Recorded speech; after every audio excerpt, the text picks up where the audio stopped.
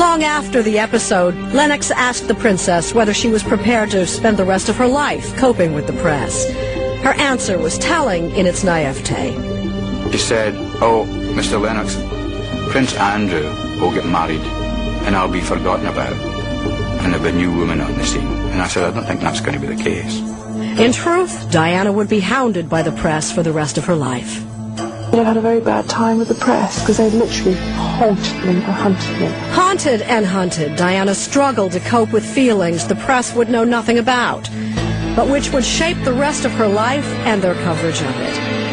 When we return, Princess Diana reveals her secret torment.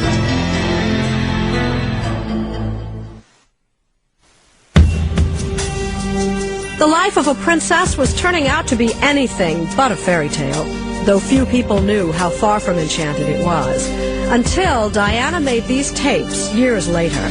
Tapes heard tonight for the first time ever in public, revealing how deeply unhappy she had been. One minute I was nobody, and the next minute I was Princess of Wales, mother, media toy, member of his family, you name it. And it was just too much for one person at that time. The outgoing, fun-loving girl that caught Charles' eye and captivated the nation tried her best to keep up appearances, flashing that million-dollar red carpet smile. But behind closed doors, Diana said she was retreating into her shell. I didn't want to do anything on my own. I was too frightened. I mean, the thought of me doing anything on my own sent tremors.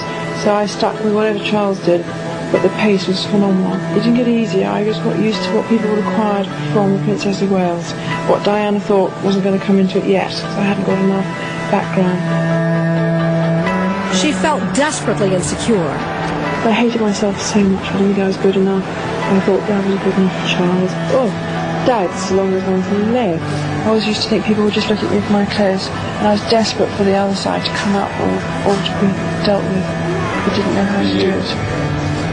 Later on those secret tapes, Diana would rail against Charles' lack of support.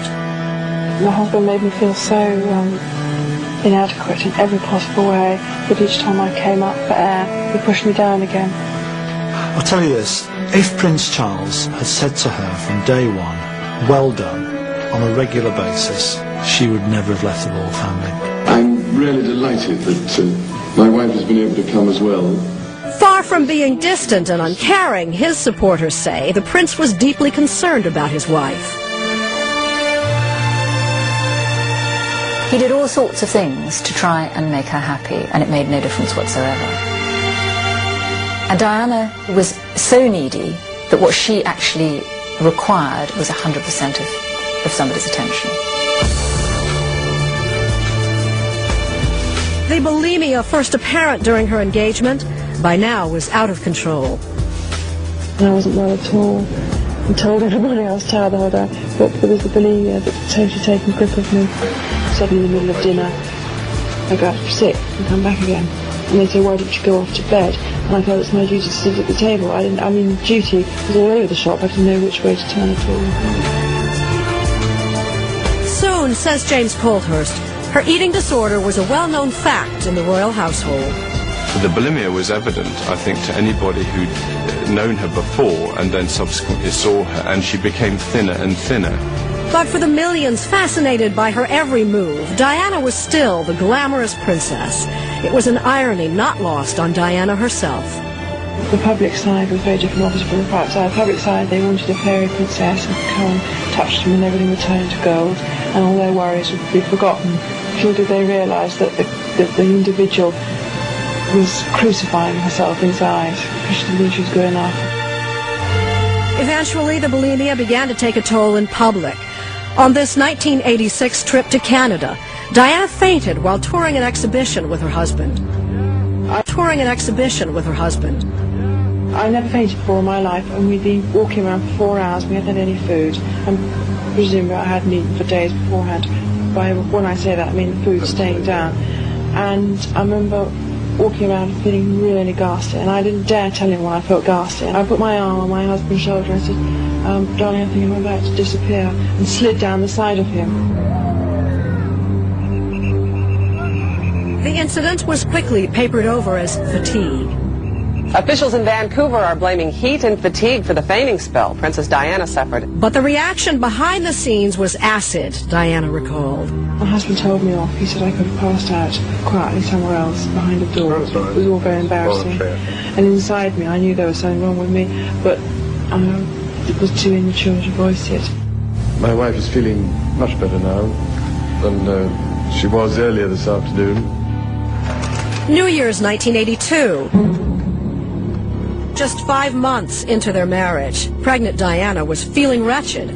Their relationship continued to unravel. She felt Charles was incapable of understanding her turmoil. She threatened to take her own life. Charles said I was crying wolf, and I said I just felt so desperate, and I was crying my eyes out. And he said, I'm not going to listen, you're always doing this to me. He said, I'm going riding now. So I threw myself down the stairs, bearing in mind I was carrying a child. Queen comes out, absolutely horrified, shaking. She's so frightened. I knew I wasn't going to lose the baby, quite bruised around the stomach. And Charles went out riding, and when he came back, you know, it was just dismissal, total dismissal. It was one of several half-hearted suicide attempts she would make over the next decade. She revealed on the tapes that she had tried to cut her wrists and had thrown herself into a glass cabinet at Kensington Palace. Biographer Andrew Morton was stunned when he heard the revelations. I found them literally unbelievable, because here she was, being the most photographed woman in the world, nursing these scars to her body that she'd obviously made in the kind of rage that she felt. And I think this is something that also comes over, this fury that she has, that she's been conned, she's been lured into this palace, the doors have been bolted behind her, and she's got no way out. At another point in the mid-80s, Diana returned to London early from the royal family's annual stay in Scotland. The media said I'd come down because I was bored of all the rain up in Scotland and I wanted to go shopping, which was absolute bull. I was very ill.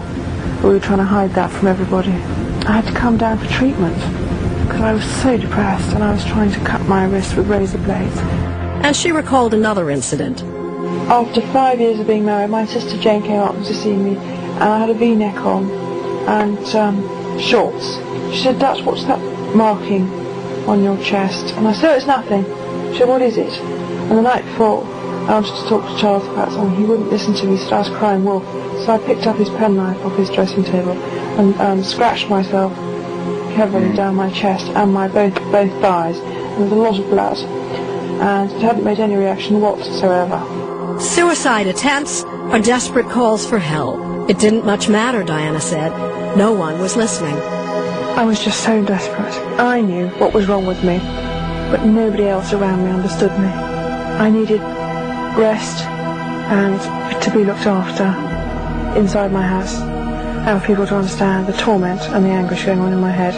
But it was basically a cry for help. Desperate cry for help, and I'm not spoilt. I just need to be allowed to adapt to my new position. Diana would eventually adapt, but not before things got much, much worse.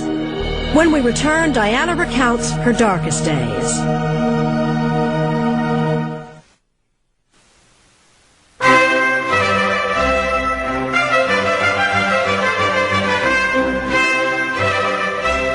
From outside the palace gates, spring 1982 appeared idyllic as the royal couple awaited their first child.